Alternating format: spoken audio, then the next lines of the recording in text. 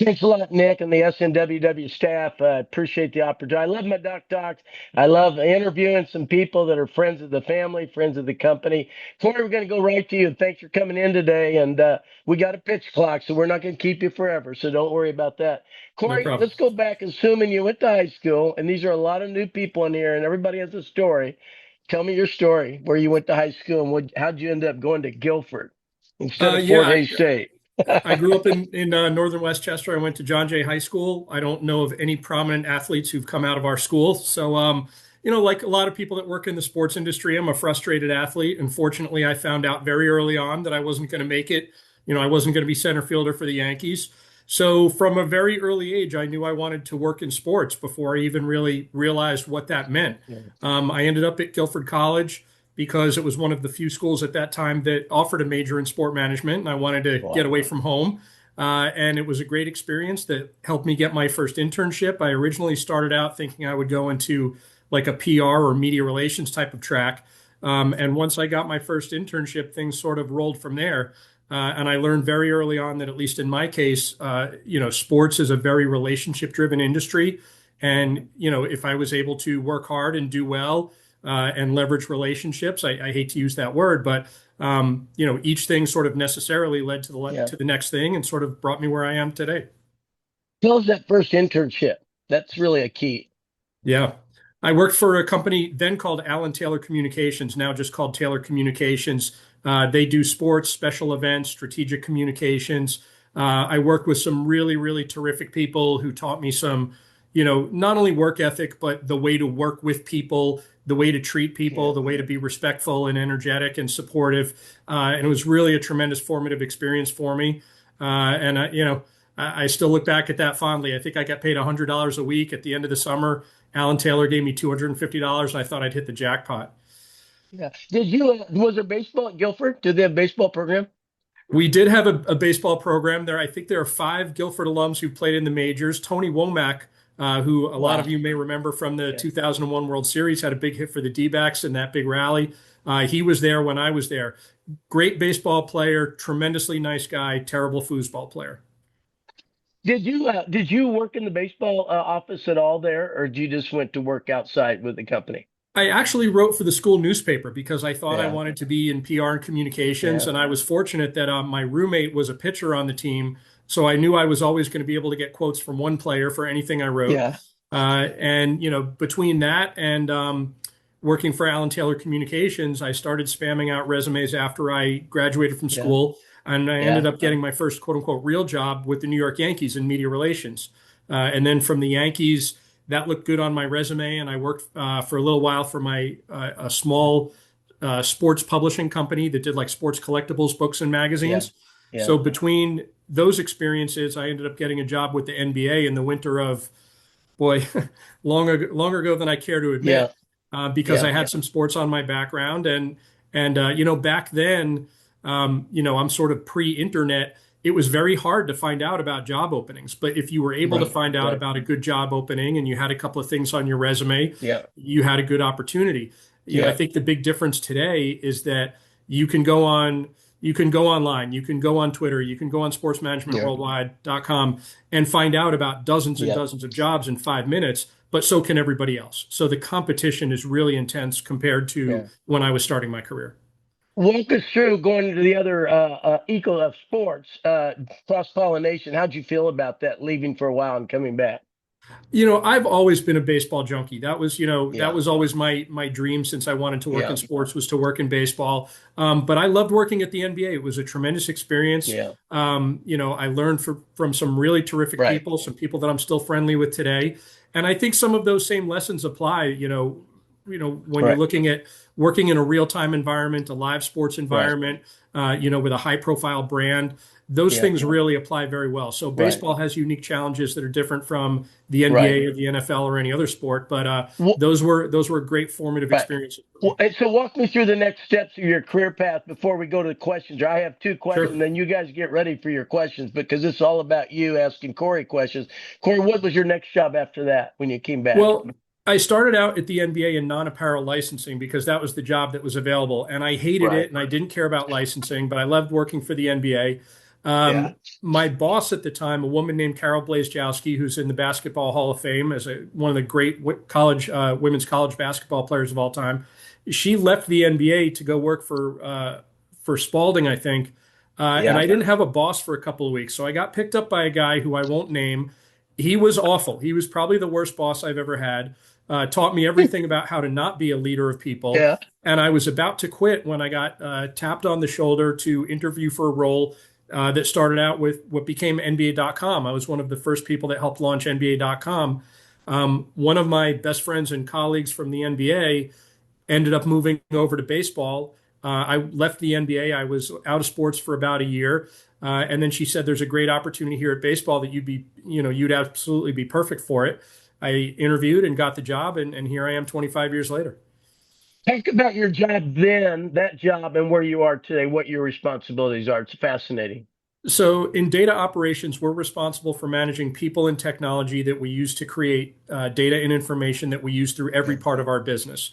So the most obvious thing people see is live box scores and stats. If you go on MLB.com or the MLB app, all of that data is coming from our group. We're responsible for creating sports betting feeds, pace of game clocks. We manage the automated balls and strike system that we're very excited to roll out in MLB this year, and a lot of other related functions. The Statcast player tracking system. If you turn on any broadcast and you see the pitch trajectories and it shows, fastball, curveball, changeup, that data comes from our group. So we do a lot of fun, cool stuff. We interact with a lot of different parts of the business. The fundamentals of my job are the same as they were on day one that I, sort of recapped in that little sentence at the top. But everything changes as the technology changes, the business changes, and there's been no bigger change than these things, iPhones, and that's really influenced how we do business today. So I grew up the Kansas City A's back in the '50s, and then my Kansas City Royals. I watched every game. I watched the game last night, the World Baseball Classic. Walk me through the changes of the last 5 years, from the shift to the pitch clock, the radical major changes, including the strike appeal this year. Walk me through that decision making behind there, because I give baseball a lot of credit what they've done the last 5 years, and your comments on that and its impact on the game. Well, baseball is an entertainment business. Just like every other business, we're trying to get fans to consume our product and stay with us. And the challenge you always have, in live sports is that we need a 2.5 or 3 hour commitment from people. Yeah. And, for a lot of reasons, it's very tough to keep people's attention for that long. So we have to make our game engaging. We think we have an amazing game. I love baseball, the sport. We have tremendous athletes and tremendous players, but you can't waste the opportunity to provide them with a great product. So much of the strategy over my time there has been to use technology and make strategic decisions that really emphasize how great the game is, keep the players at the forefront, and move it along. Cut out downtime, cut out things that waste time and undermine the product on the field, and produce a better product that people not only will enjoy more, but will really get a great amount of value for their time. If we're asking for a 2.5 hour commitment of somebody's time, we want to give them an awesome baseball game. And I think Go ahead. Lynn, just between No, go replay ahead. review, the pitch clock, ABS this year, these are things that make the product on the field better, and help the game move along in a way that keeps the focus on the players. So my last question before I go to Jim Gleason, you've heard me say go global or go home. I'm passionate about all over the world, what NFL's doing, what cricket's doing, what's going on with the World Cup soccer and et cetera, and then the World Baseball Classic. It's just exciting. And with the challenges we have in our world, sports is going to really be the pick up the pieces and bring us back together. Your comments on this globalization of baseball, both talent discovery and sport discovery, I'm fascinated by it, but your comments on it, particularly this past week. Yeah, it's been a big priority for the commissioner since he took over, to expand baseball as a global sport, as you said, playing games in London and Japan and Korea, as we have, the World Baseball Classic, where you just see some awesome, awesome baseball. I mean, how fun is it watching Italy just romp through this tournament right now? Yeah. So, it's really important for us to get baseball in front of people, show them what a great product we have, a great sport and great athletes and great players. Yeah. And that has two really valuable benefits. Number one, you expand the pool of professional baseball players. in my opinion, the greatest baseball player who ever lived plays the game right now, and he's from Japan, Shohei Ohtani, of Yeah. course. Yeah. And we expand our business. We open up new markets. I'm not directly involved in that part of business, but as an Yeah. employee, I think it's important for baseball to grow Yeah. wherever we can. And the last, Yeah. last 10 years or 12 years since the first World Baseball Classic, boy, 20 years now. It's been tremendous growth, and it's a very exciting Yeah. time to work for baseball and be a baseball fan. And Cory, with the changes with NIL transfer portal and Travis Bazana at Oregon State down the street from our office and watching him play, #1 draft pick, and like 30 kids from Australia are playing at college baseball now. The ripple effect of what's going on to break in the business of sports for everybody in the room. I've never seen anything like it. It's the most exciting time, and being 77, I feel very young right now as we get ready for the season. Let's go to Jim Gleason with your introduction and question or comment for Cory. Jim, thanks for coming in. You got to unmute yourself. We're very tech savvy here. Okay, we got a pitch clock on. Okay, there you go. Gotcha. Sorry, guys. Good to see you, Lynn. Cory, appreciate your time. Jim Gleason from New Jersey. I'm in the GM and scouting program.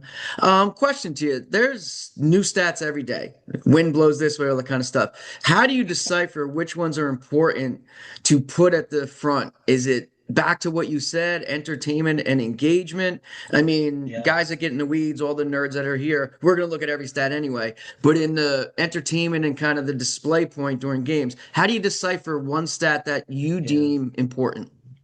Well, Great yeah, question, from the league perspective, we are focused first and foremost on the entertainment aspect. So we try and put out metrics that we think help people understand the game better, really appreciate how great our players are, and we try and present it in a way that speaks the language of baseball that we've spoken throughout our whole lives. So, anybody who's been involved in scouting or player evaluation, even as a casual fan, you've heard about pop time for catchers. We've quantified that now. We're not relying on stopwatches and observation. We have data to do that. And once we have the data and we present pop time in a way that people can understand very easily, we can start to look at what do we learn from that? What do we find out about the players now that we have this data? So, when we started out with Statcast, really trying to figure out what the metrics would be, we just came at it from the perspective of what are the things we would want to know as baseball fans? What are the things that we care about and that we think are interesting? Now, that's MLB from, a league entertainment perspective.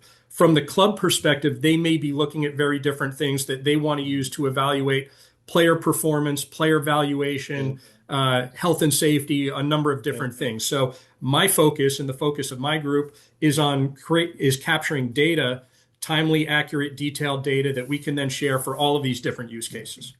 Thank you, Cory. Let's go to Tyrone with your introduction and question or comment. Tyrone, welcome in. Hey guys, how you doing? Good. Quick question.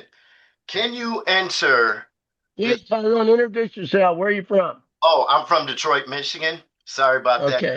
Well, I could tell by the hat, but I just wanted to make sure. Well, I want to know if you can jump in this field without a college degree. See, I have a forensic video analyst background. I used to work for the court. So then I started doing sports analyzation with my kids because I've always coached. But my background was in journalism. I never finished, never wanted to finish. But I know. I'm gonna let Cory go with this, but Cory, I got to be honest with you. I've been telling Stu, my new code word is pivot. I think there's a lot of people in the world given the opportunity, particularly when they come into our courses, getting an opportunity to meet people. There's so much talent out there that doesn't have a sports management degree at Guilford or Fort Hays. You know what I mean? Yeah, absolutely. I think, the further you get away from the college stage of your life, your teens, your early 20s, the more important your professional experience becomes. And what I tell everybody, who's looking for any job in any role or any level is to keep the focus on skills and accomplishments. Where you worked is experience. That really doesn't mean a lot. You might have been terrible at your job or not really done anything.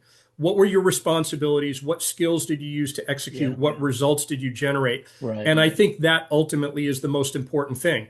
That being said, it depends on the role. If you're looking to go into, if you want to become a lawyer or you want to become, whatever it may be, I think the academic education is very important. Absolutely. But different aspects of the industry, it's really about skills and results. So we hire, in my group, we have over 950 part-timers that work for us throughout the country.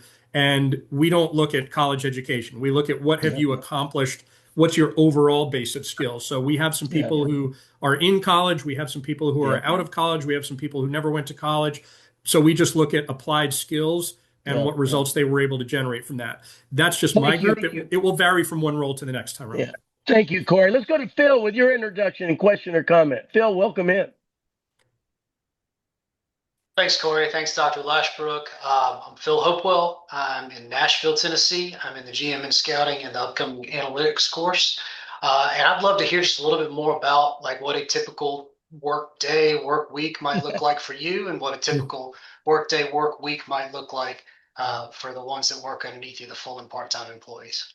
You know, I think when it comes to baseball in particular, and I'm sure this is true of a lot of other industries, you know, particularly in sports, there's a rhythm to the season. And the work you do and the things that you focus on at any given time are driven by where you are in the calendar. Right now, we are 100% laser focused on opening day. So we're handling responsibilities around that, while at the same time covering spring training and the World Baseball Classic. And next week, we'll have the Spring Breakout Series. Once we get past opening day, and really we've already started thinking about it, we're looking at what do we do between opening day and the All-Star break. The All-Star, you know, obviously one of our biggest events on the calendar. And once we get into April and May and June, we'll be thinking about the All-Star break, and we'll be thinking even beyond that.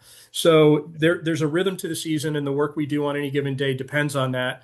And that's true in my group, and it's really true in every part of the company. The things we do year round, again, are focused on, in my group, it's about building out an operation that can deliver success throughout the year.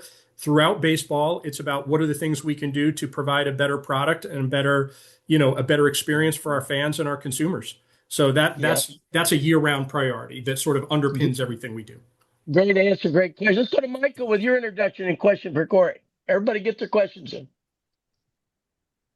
Got to unmute. Unmute yourself. Hey, there you go. Hey, it's good seeing you both again. Met you both in Orlando. My question was around MLB starting to consolidate the media rights and taking some of that in-house for these teams. Do you anticipate that will change the responsibilities of your group in providing data directly for broadcasts, or do you think it will simply piggyback off of the existing work you do? Great question. Yeah, nice to see you again, Michael. I don't work directly with, the broadcast entertainment group or the broadcast services group that's sort of figuring out that whole changing ecosystem. But we provide data for every part of the business. So we've been providing data for broadcast for over 20 years. Not only on, graphics that you would see as part of the broadcast, but research for broadcasters and so forth. We work very closely with our broadcast operations team on maintaining the broadcast listings in our database. So if a game gets moved from NESN to NESN 2, we have to update that in our database so the streaming will be accurate and fans will get a great product. So I think as this goes forward, my group will continue to play a role supporting it however the business needs and whatever will make it a better experience for fans. Great stuff. Thank you very much. Let's go to Peyton with your introduction. Going to the Bahamas. Go global or go home. Welcome in, Peyton. Hi, how are you? My name is Peyton. I'm from the Bahamas. I'm enrolled in the baseball agent course. And I had two questions, if that's okay. I'll give it to you. Yeah, you're from the Bahamas. We're going to give you two. Everybody from the Bahamas gets two questions, right? Thank you. So my first question is, how do you see player performance analytics influencing contract negotiations and player evaluations from agent perspectives? Great question. Yeah, outstanding question. And I think one of the most important things of, what we affectionately call the Statcast era is that it allows to look at data that's performance focused rather than results oriented. Baseball stat keeping for the first 100 years was an actuarial task where we just counted up the home runs and the RBIs and so forth. And we made determinations, we made determinations about players based on outcomes. What Statcast allows us to do is look at performance and understand what produces those outcomes and what players might have great skills, but they haven't yet generated those outcomes. So it's a big priority for us operationally and within our partners in the technology department and baseball operations to continue to expand our reach, our footprint into the minor leagues and amateur baseball, college, and so forth, so we can capture more data that will help us understand performance And I think more and more that'll continue to drive player evaluation rather than, traditional results-oriented stats. All right, all right. Peyton, your second Bahama question. Okay, so my second question is, what insights do you think agents either overlook or underutilize? Good job. Oh boy, I am not an agent. That's the caveat, but I do have some friends who have done player representation. Yeah. And the one thing that they always tell me that sticks in my mind is that it's a very, very, very competitive industry. Yeah. A little bit cutthroat and perhaps at times unethical. I don't judge people, but the way I prefer to operate is, I don't like to be transactional. I like to be authentic with people. And I think in any line of work, particularly if you're a player agent, you should focus on being authentic and ethical, and that will produce good outcomes for you. You may lose a player to an agent who lacks those same qualities, but you'll maintain your dignity and your professionalism and your reputation, which is a lot more valuable. Okay. And Cory, I'm finding out, and I want Peyton to hear this. I think there's so much talent around the world that's discovering baseball, and I'd rather have somebody from Bahama representing a player from Bahama. I really mean that, and I see that Uberizing of representation. The corporate agency doesn't like to hear that, but that's what's happened, Cory. We got such a diverse population. Look at my two Kansas City Royals from Italy, and I mean, it's just a crazy time. It's an exciting time to be an agent, NIL agent, transfer portal. So I'm proud of you, Peyton, and look forward to mentoring you. Let's go to Jason with your introduction and question or comment. Hello, how's it going? My name's Jason. I'm from Manhattan. I'm enrolled in the baseball analytics course. Jason, Manhattan, Kansas? Yeah, Manhattan, Kansas. How'd you know? And then my question... Is it really Manhattan, Kansas? No. Manhattan, New York. Don't laugh, because that's close to Fort Hays State. The heck with Guilford. I appreciate you saying that. No picking on Guilford. Right. So my question, I guess, is rather specific. Since I'm enrolled in the baseball analytics course, which I'm very excited for, my question is, after completing that, what would you recommend my next step be towards kind of getting my foot in the door, maybe an entry-level type job into baseball? Cory, let me add something here. Our philosophy. When we started our company, I never started with good luck, take your course, here's your certificate. They can do informational interviews, 10-minute interviews, ask for advice. And I'm proud of that, because we keep mentoring, resume service. A kid may say he wants to work in Major League Baseball, ends up working for a college baseball team. I don't know. So whatever advice you get, I want you to know I love your question, Jason, because we want to do everything we can for you to get that job. Yeah, the best way to get good at something is by doing it. You don't learn to play guitar by watching people do it on TV. You have to pick up a guitar and play. So if you want to get involved in sports analytics, start doing sports analytics stuff. What clubs are going to look for, if you're interested in working for a club, is R, Python, and SQL. That is the holy trinity of baseball analytics today. So start to learn those tools. You don't have to be expert, but you have to have a working familiarity with those things. Find some data. There's plenty of data available for free on the internet. Think of a research question that interests you and do the work, do the analytics, and then write it up and present your work online where people can see it. If you go work for the Yankees tomorrow, they're going to have the problems that they want you to solve. But the thing you can demonstrate to them right now are your skills and your analytic skills and your critical thinking. What was the problem you tried to solve? How did you do it? How did you refine your model? And how do you present your findings? Those are really the things that clubs will be looking for. And what I can tell you also is that this is a very, very competitive industry. It's a great way to differentiate yourself from other people who are looking for those same roles. So, the more you do something, the better you will get at it, and the more of a portfolio you'll have to present to future employers. Jason, I look forward to mentoring you. It's great. Let's go to Deek, D-E-I-K, if I'm saying that right. Deek, come on in with your introduction. Got to unmute yourself. Okay, I'm going to go up to Raheem until I hear from Deek. Raheem, can you unmute? Yeah, no problem. Good job. Welcome in with your introduction, sir. How's it going, Len and Cory? I'm Raheem. I'm from Los Angeles, and I run a company called Electrolyte, which is a language learning platform built for athletes, coaches, executives, and agents. And our goal is to accelerate the adaptation of athletes and global sports. So your mention about globalization of sport resonated with me. My questions, one, which relates to a lot of people here in terms of what are the tools that agents need when interacting with global players, And two, more on the league side, as we try to expand to leagues, because we're starting at players, then clubs and teams, then leagues. What are the tools and items that you look for in a platform like the one I explained? So, Cory, I'm going to go first since you weren't an agent. I've been an agent for 30 years, and I call it the Ralph rule. If you get Ralph Dawkins out of Louisville, an undrafted free agent, you might get Brian out of Clemson, an NFL Hall of Famer. I'm finding in the revolution with NIL, there's almost anybody can represent somebody in the neighborhood that's trying to decide where to go to school. The relationship leads to the green room on draft day.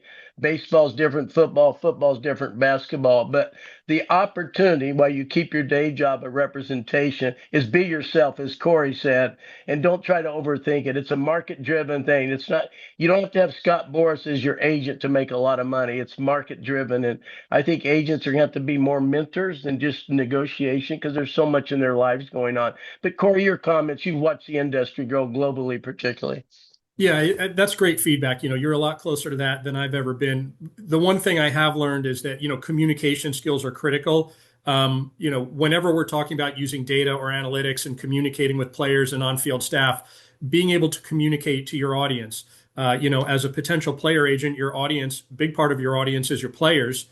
So being able to communicate things to them that will help their performance and help their professional growth is really critical. One of my favorite stories from the NBA is about Rick Adelman, who's you've probably heard me tell this story, Lynn. Rick Adelman, who's a Hall of Fame coach, not really a big analytics guy, but they learned that when they were on the plane or the bus to the next game, they'd give him a one-pager front and back that he could consume while he was drinking a glass of wine, and that's how they would get through the key points to him. So what I would recommend you think about, Raheem, is whether you're looking at data or anything else, how you can communicate with players in a way that makes it really easy for them to understand what you're presenting to them and will help them improve, whether it's their performance or help them improve their chances of getting a big contract, which is kind of what they're after, Good. Look forward to mentoring you, Raheem. And before we go to Trace, Deke did write in a question about the difference between the international evaluation and domestic evaluation, the stats. I think it's a great question. You get stats from India may be different than stats from Cape Cod League. I'm just curious your comments on that collection. Well, that's why we focus a lot more on skills. And whenever we're trying to translate performance from two different levels of any kind, whether it's international or two different levels of college play, it's understanding context. Do I have 2 minutes for another funny story? Yes, of course. Okay. So one of my good friends worked for the Chicago White Sox for a long time. And there was a guy named Jose Abreu who was tearing it up in Cuba. And the White Sox were looking to sign Abreu. They knew his power would translate, but he had like a 600 on-base percentage in Cuba. And they weren't sure if his on-base skills would translate because in the Cuban league, you had some players who were MLB caliber and some guys who were fishermen and worked at the grocery during the day. So, when he got to the majors, they found that he really didn't have that great plate discipline. He just hadn't really been facing pitchers that would throw to him a lot. So it's very, very important to understand context as well as the skills underlying the performance. Great anecdote. Let's go to Trace Alexander, please. Hi, how are y'all doing? Hey. Good. Introduce yourself. I'm Trace Alexander. I'm coming here live from Austin, Texas. Originally born in Colorado, Denver to be exact. So know a little bit. But I just first off wanted to say thank y'all for your time and opportunity to just be here today. Coming from a kid who started off in T-ball with his helmet backwards and running the bases the wrong way to being able to sit in a room with y'all and just listen to the stuff Let's that go I with that question, big guy. We're thrilled to have you in. Yeah. I just wanted to ask, with pitch design becoming like a standard in analytics, what do you think the next underexplored application of like biomechanical or tracking data would look like? Great question. Oh, wow. Absolutely. Bat tracking. With the new Statcast system, we've rolled out some new high frame rate cameras that allow us to capture a lot more bat tracking data that you can find now on MLB.com and Baseball Savant. And I think really clubs are really digging into that to try and figure out how to optimize hitter performance the way we've optimized pitcher performance throughout the industry over the last 20 years.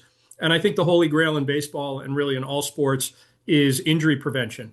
what contributes to fatigue, what contributes to injuries, because it's bad for everybody when players are hurt and can't play. It's bad for the players, it's bad for the teams, and it's bad for fans. We want to see the best players on the field.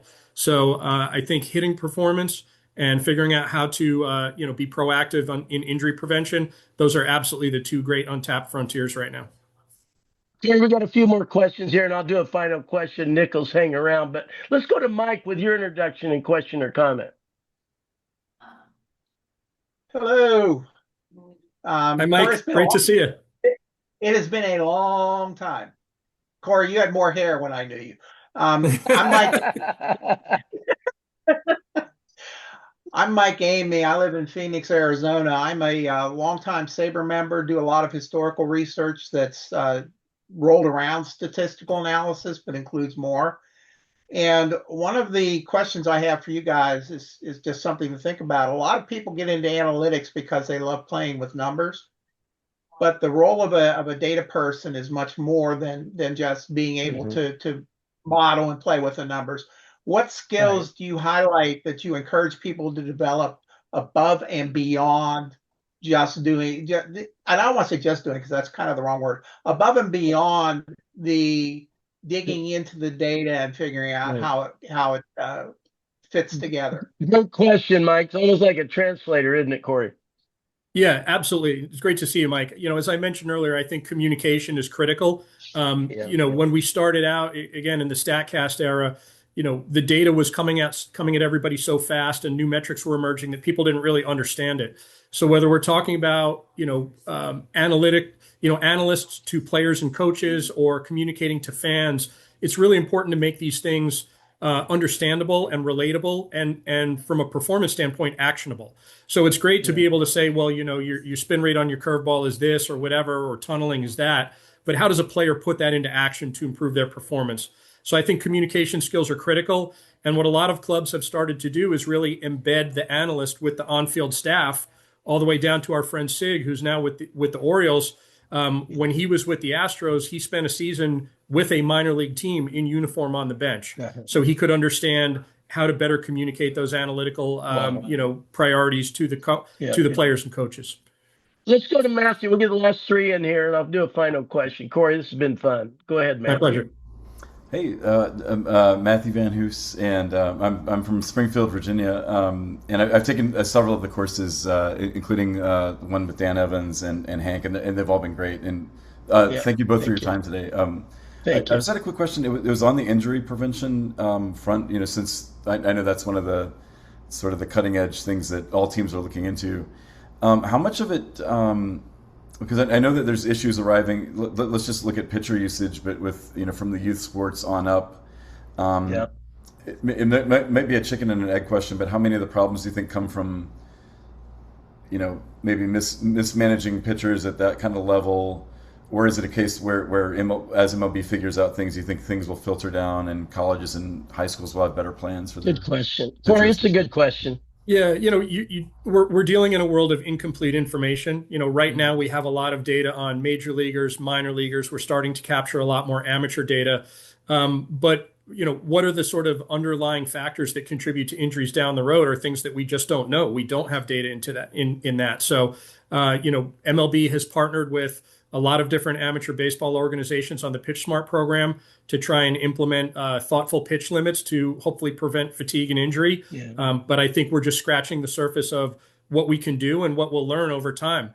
I think the big takeaway is that for all of our, everything that's happened with pitch counts and different training methods, you're still seeing as many pitchers going on the injured list and having Tommy John surgery today as we did 20 years ago. So it's an unsolved problem. I think data is a big part of it, but I think there's a lot more that we don't have yet. Yeah, thank you so much. Two more questions. Let's go to Anthony. Anthony, your introduction. Welcome in. Hi guys, my name is Anthony Sidholm. I'm from Bluebell, PA. I had a question for you guys. It's from your experience, what skills or habits do you think translate across all sports when it comes to identifying future leaders or high impact players? Yeah, well, I mentioned communication skills. Particularly in sports, you have to be comfortable working in very fast-paced environments, dealing with changing information and changing priorities.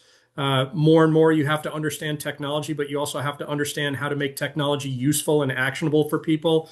Especially now in the AI world, where people are starting to use technology as a crutch and a shortcut to getting work done. I think more and more the ability to apply critical thinking skills and communicate that is going to be a little bit of a lost art, frankly, which is kind of discouraging.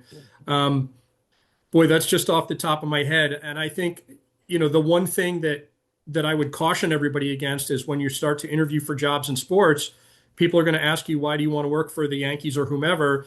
It's not good enough to say, I'm a hard worker and I love baseball. That's sort of the ante. That's what's assumed. You have to come at it with different skills, whether that's your technology skills, R, Python, and SQL, your ability to write, communicate, your ability to manage people, to build relationships, whatever it may be. You can say, I love sports and I'm a hard worker, but you better come with a lot more after that.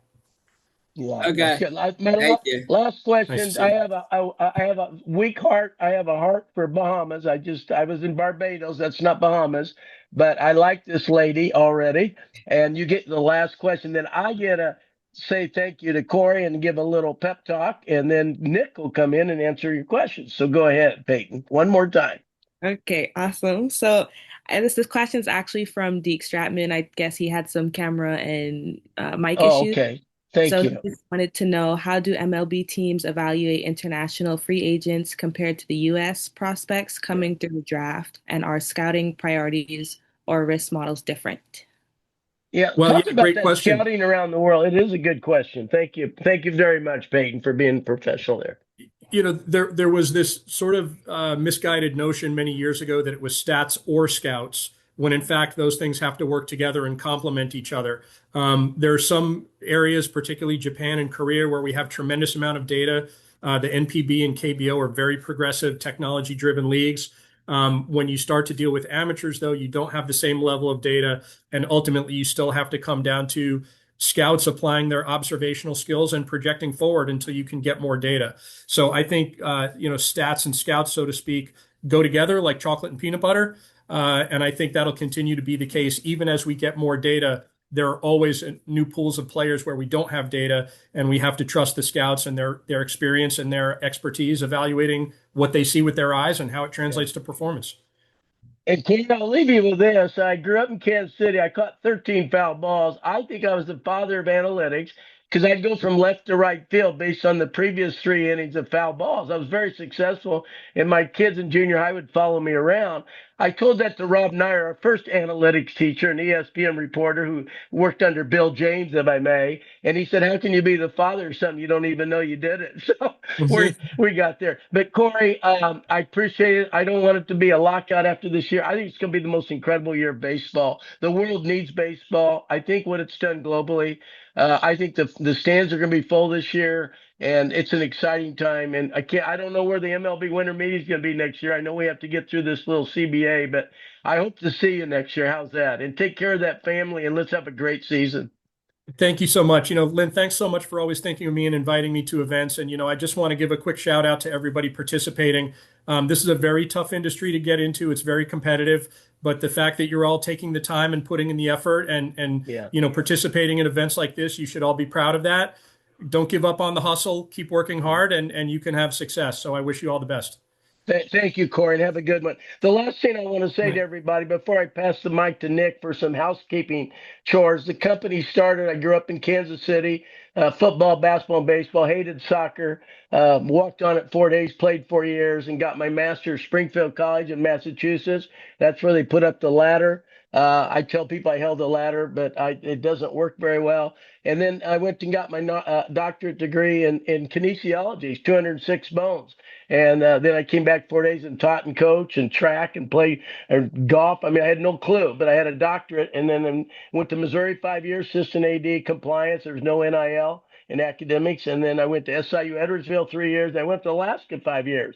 And I started an exchange program in Russia. The wall went down. I had no idea the international would be the bug for me. And then I came back, turned down the Western Michigan job, and became an agent with Jerry Rice's agent and Joe Carter's agent. It was a credible experience, and I lost a very good player, Ryan Leaf, out of Washington State, and the internet startup, Jerry Maguire movie came out, dial-up Yahoo. We started a company how to be an agent, and we were struggling. It was not as easy as it looked, and my accountant said one day, you need to add more courses. And so we went on a binge, and we had baseball analytics and baseball and scouting and sports broadcasting. We do all sports, cricket and rugby. 30 years later, we have 30,000 alums from 164 different countries. The reason I bring that up, there's 206 bones in the body, Cory. There's 206 Olympic countries. So you can feel my out of body experience going on here. And I tell people this, my new analogy is Naismith used a ladder, put up a peach basket, and changed the world. We took my career ladder, put up a website, and we're going to do the same thing. We're all over the world. Cory, it's an exciting time. There's a tough time out there with what's going on. I have children in Abu Dhabi, by the way. But I'm convinced when the war's over, that sports and baseball will bring us all back together. And it's an incredible blessing to have everybody here. Nick, give us some housekeeping chores. I'm flying back to Portland. I got meetings tomorrow. Cory, take care of that family. Listen to Nick a little bit. He'll tell you a little bit more about who we are. And thanks for your trust in coming in today. I hope to see you again. Thank you very much.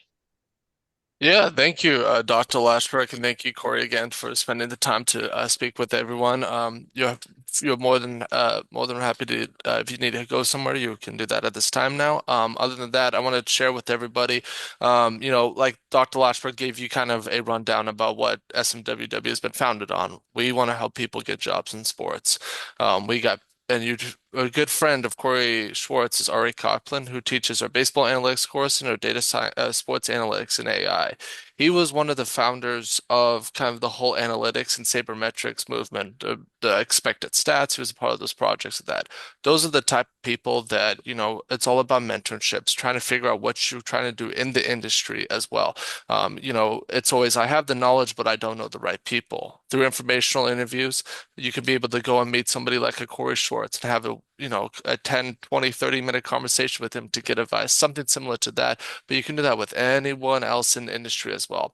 I've personally taken the baseball analytics course, and I was able to get about an hour with the director of R&D for the Seattle Seahawks and the scouting manager for the Washington Nationals. And I was able to just get an hour at the time just because I said, hey, I'm with SMWW. I'm taking course from Ari Kaplan. I would love about 10 minutes of your time. Those are the type of conversations that we want to be able to help provide you guys so that you can get the necessary information, connections, and knowledge for you to be able to get that job and get your foot in the door. Because at the end of the day, all you need is a foot in the door, and then you can be able to move on to wherever you need to go. They always say you need the skills to get the job, but a lot of time you need that job to get those skills. And that's why we feel like our baseball GM and scouting course, our baseball analytics course, a baseball player development course, a sports analytics and AI course, and those who are interested in agent or baseball agent course as well, really bridges that gap for everyone so that you can be able to do what you want to do. And you may find out that I actually don't want to be in this industry. I'm more passionate about this. And Dr. Lashbrook always talks about pivoting as well as a very important step. You never know what's going to be on the other side of the wall until you try. Sometimes, those who are interested in working in collegiate sports, you sometimes see that you do need some sort of master's degrees as well, as we all know that sometimes is the case. Sports Management Worldwide has a partnership with Concordia University Chicago where you can earn your master's degrees in about a year for less than $15K. And it's a really good partnership where you get benefits of both SMWW and Concordia University Chicago. Any alumni of a course gets Dr. Lashbrook's Sunday Worldwide Chat, where he goes on for about 1 to 2 hours every Sunday, answers you guys' questions, and it's another resource and tool for you to be able to gain the knowledge and kind of figure out what you want to do for yourself as well. All of our alumni get a sports career strategies course complimentary, and this is a really good way to help bolster your resume, bolster your cover letter, go through the hiring application system, figuring out what jobs you should be applying for, where to find those jobs, and kind of that whole interview process as well. So with that being said, is there any questions you guys have about what SMWW has to offer, or sort of anything like that? I mean, Cory Schwartz, I met him this past this past December down in Orlando at the Baseball Career Conference that we've been holding. It's a great way to be able to meet, people who are in the industry. I mean, everyone who's the who in baseball is there. Last year we had the Nick Kroll, the GM of the Cincinnati Reds, speak there. We have the COO of the Seattle Mariners, Trevor Gooby, speak as well. We have all the baseball faculty members. We can be able to physically be in person with them, talk with them, gain some advice, and obviously there's so many events that goes around. Is there? Taiwan Burks has their own networking event that we were a part of last year. So it's just there's different avenues and different resources where if you don't know where to go or where to look to get in front of people, the baseball winter meetings there and our baseball career conference each and every year is a really good place for you guys to be able to really figure out what the step is. And I've recognized so many faces in here today just from those who I was able to meet at these career conferences as well. So with that being said, does anyone have any questions? Or as we know, we have a baseball analytics course coming up here on May 11th. If that's kind of your cup of tea, if you want to really dive into the coding aspect of it, you have our sports analytics and AI course, again, all taught by Ari Kaplan on May 11th as well. But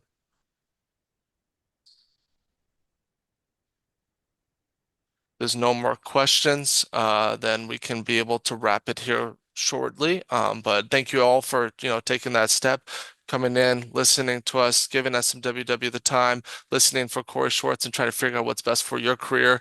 You can call the office at any time if you have any questions. We have career advisors for sports consultations, or you can send an email to info@smww.com, which I'm going to put here in the chat, and then I'll put our direct office line as well in the chat for you guys to call. You can call at any time during any business hours, and we'll make sure to be able to get to you guys as soon as we can. Trace, looks like you got a question. Yeah, this is all like super, super fresh to me. Like I'm honestly not even 100% sure how I ended up receiving emails, but this sparked my interest. And I know you mentioned some of the courses that y'all have. I guess what is like I don't know, what is like a good starting point? I'm not sure about. Yeah. So, well, the first question or one of our career advisors would ask you is like, what are you passionate about? Like, what department do you want to get into? Are you into the player development department? Are you interested in scouting, analytics, becoming an agent? What kind of piques your interest? I really like the analytics side of things. I could sit there and look at Statcast pages talking about the RPMs of this and that, and Yeah. launch angles and all of that stuff. That's my bread and butter right there. Well, I can tell you personally, knowing Ari Kaplan for the past couple of years and also taking his course initially and how I got my start at SMWW, he knows everything when it comes to like how baseball is being perceived in the analytical space, how analytics have come in to improve it. Like I mentioned, he's worked on projects while developing expected outcomes. He's referred really highly of Bill James, for those who don't know, is the guy that kind of started this whole sabermetrics department and idea of trying to quantify numbers for performance, or even just baseball analytics doesn't always necessarily like revolve around player performance as well, right? I know Cory talked about with entertainment aspects. There's a lot of business analysts as well that you be able to have similar skill sets in how to ETLs are very popular that you got to extract the data, transform the data, and load the data. So being able to understand all of that and where to apply it and be able to paint a picture. I can give you 15 numbers and just spitball them at you. But someone who doesn't understand analytics may not understand that. There's a story behind it. What does this mean? What are the contexts of it? Because people can be able to take numbers and manipulate it any way they want in order to get the point across. And so having that understanding of what it truly means and where do those numbers come in. And baseball is very fortunate where there's a lot of one-on-one when it comes to a pitcher and catcher. There's a lot of other sports like football where you got 11 people on the field and it's on your side alone. And maybe your metric for that is indicted on somebody else. But in baseball, there's a lot of one-on-one. So being able to understand what that story means, Stuff Plus is amazing, but also like if someone doesn't necessarily have a good Stuff Plus metric, but their changeup is very useful, maybe they have a really good fastball that plays off of it. But that's sometimes like being able to have all those numbers in the right place with the correct story and be able to present that to people who are both analytics driven and people who aren't, because there are people in the industry who aren't, and it's important to be able to be that. Ori talks about, last time I talked with him, he said there's three different types of people in this type of space. You got the data crunchers, you got the creative minds, and you got people who can do both. Got to figure out where you are in that space. And if you're able to do both, you're going to stand out from most applicants. Not many people in the world can be able to understand the data itself and be able to tell that story. It's storytelling at the end of the day. Everything you see on TV is telling you the story of what just happened. What's this guy's pitch arsenal? It's telling you what exactly he's going to try to do. They put it up there to help you understand what goes on. What are you visually seeing? What are some decisions that are being made and all of that sort of stuff. So I think that baseball analytics would be perfect for you, given you're passionate with numbers, understanding the why, how, Edgertronics, Statcast, TrackMan, Rapsodo, the high framed cameras that can be able to pick up little pieces of information and be able to apply it and figure out what to do. Drivelines revolutionary when they came with pitch development and pitch shapes, right? When they'd started looking at all of that. So being able to understand where that comes from and how that all applies, and that there's more avenues than just, calculating WAR. Mm-hmm. And I guess I also wanted to kind of see, as far as the analytics side goes, what kind of work I can be doing and or showing on my own time that could help me, get my foot in the door with a potential job. Like I know Cory had mentioned, obviously, and you as well, with these different resources that we have with Rapsodo and all the Python, all that stuff. But is there like, I don't know, so like uh, maybe a graph to lay out for someone, or I know Yeah. there are a lot of different apps that we mentioned, so it kind of varies, but just kind of like a brief idea as a picture that I could paint to show somebody. Absolutely. So for my capstone project, so I went to the University of Puget Sound and I played baseball there. I was a computer science major, and so for my capstone project, I developed a prototype website for my coaches because I understood that my coaches have to go through the numbers manually every single time. So what I created was something where they can be able to just input the data file, and they were able to sort it based on position, based on lefty righty, and can be able to rank it based on any data that they provided it.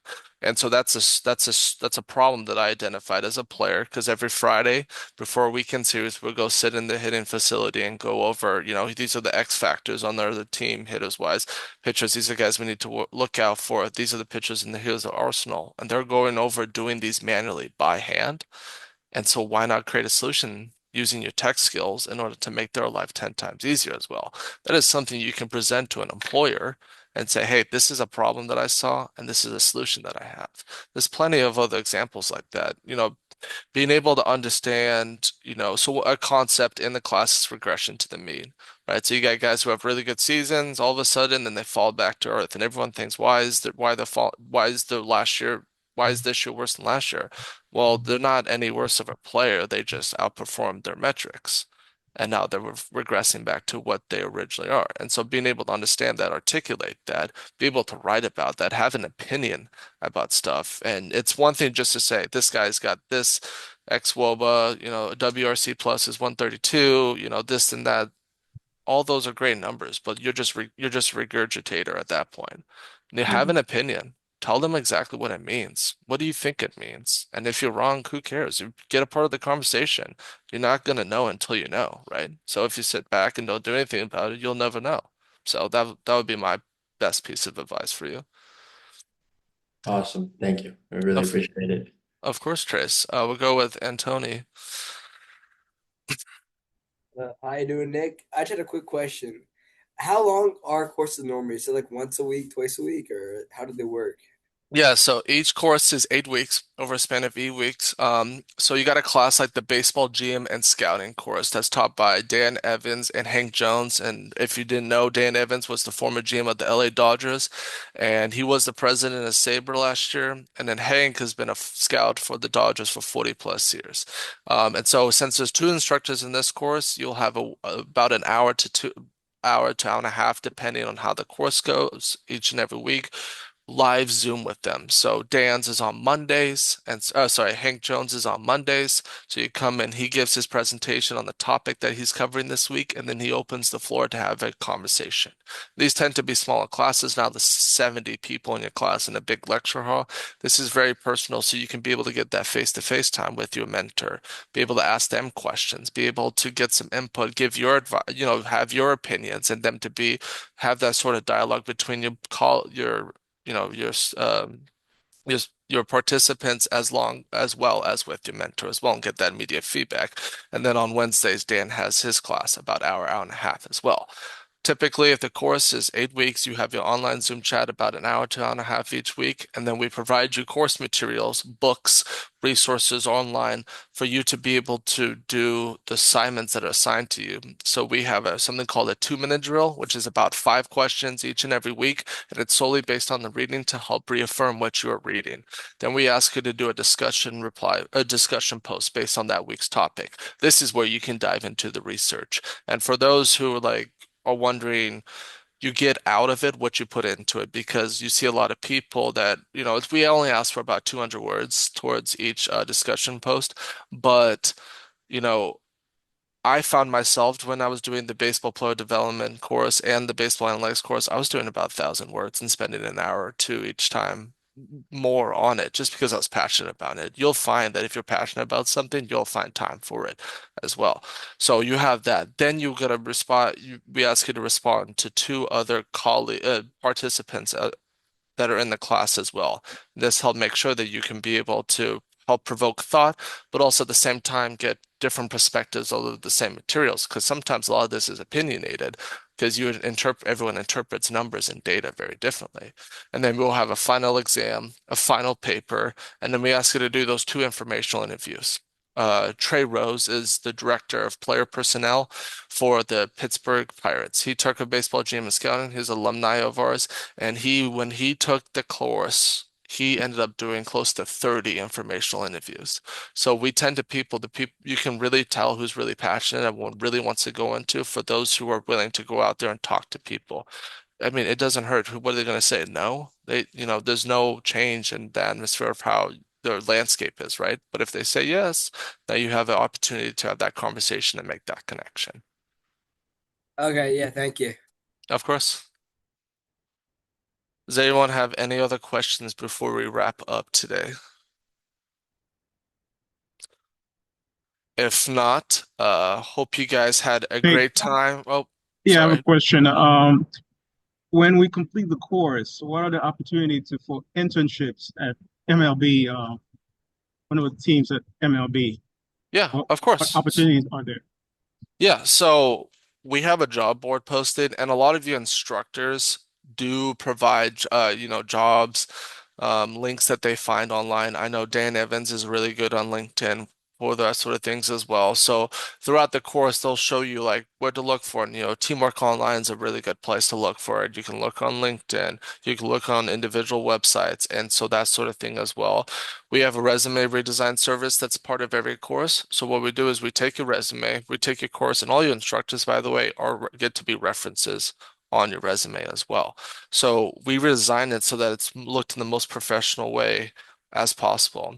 And like I said before, all our alumni are able to get this complimentary sports career strategies course, where it goes a lot into what it takes to be able to go through a job application, resume, increasing your resume, increasing your cover letter, the interview prep and that sort of thing as well. But yeah, did you have another question, Ron? No, I'm passionate about baseball. That's what I was, wondering. Yeah, of course. I mean, and something, Ron, to note as well, all our faculty members are not people with fancy degrees. They're people who actually lived and breathed the industry. So I talked about a little bit about Dan Evans and Hank Jones, and Ari Kaplan, but Dan Duquette, who teaches a baseball player development course, he's a three-time MLB Executive of the Year winner. He was the GM of the Expos, the Orioles, and the Red Sox, and he's in the Boston Red Sox Hall of Fame. So that's somebody you get to go in each week and be able to learn from his personal experience. Here's his stories, how he applied. I know I took his class personally, and he shared a lot of information about like the pitching program that they implemented for all the individuals when he was there with the Orioles. Talked about people like Earl Weaver. And so if you don't know who Earl Weaver is, like that's somebody who's very prominent when it comes to, building a really good clubhouse and be able to take management from the top bottom and running an organization. So those are the type of information and people you get to learn from and get to hear from as well. So we want to be able to provide that for you guys so that you can have the best chance possible to find the avenue in sports that you most desire. But yeah, thank you, Ron. Is there any last questions before I stop, before we head out today? If not, thank you all for coming in. We will have this recording sent out to each of you. You can be able to get it once the video is done rendering and we have it all set up. I will send you guys an email with the recording link as well. If you have any other questions after this, please feel free to email me or email your career advisor. You can call the office. I put the office line in the chat earlier, or email info@smww.com. Other than that, I hope to see you guys soon, whether it's in a course or at a conference, or if you just want some career consultation as well. We're here to help. Thank you very much, and have a great rest of your day, guys. Yeah, thanks, Nicholas. Thanks. Thank you. Thanks for your time again. Appreciate it.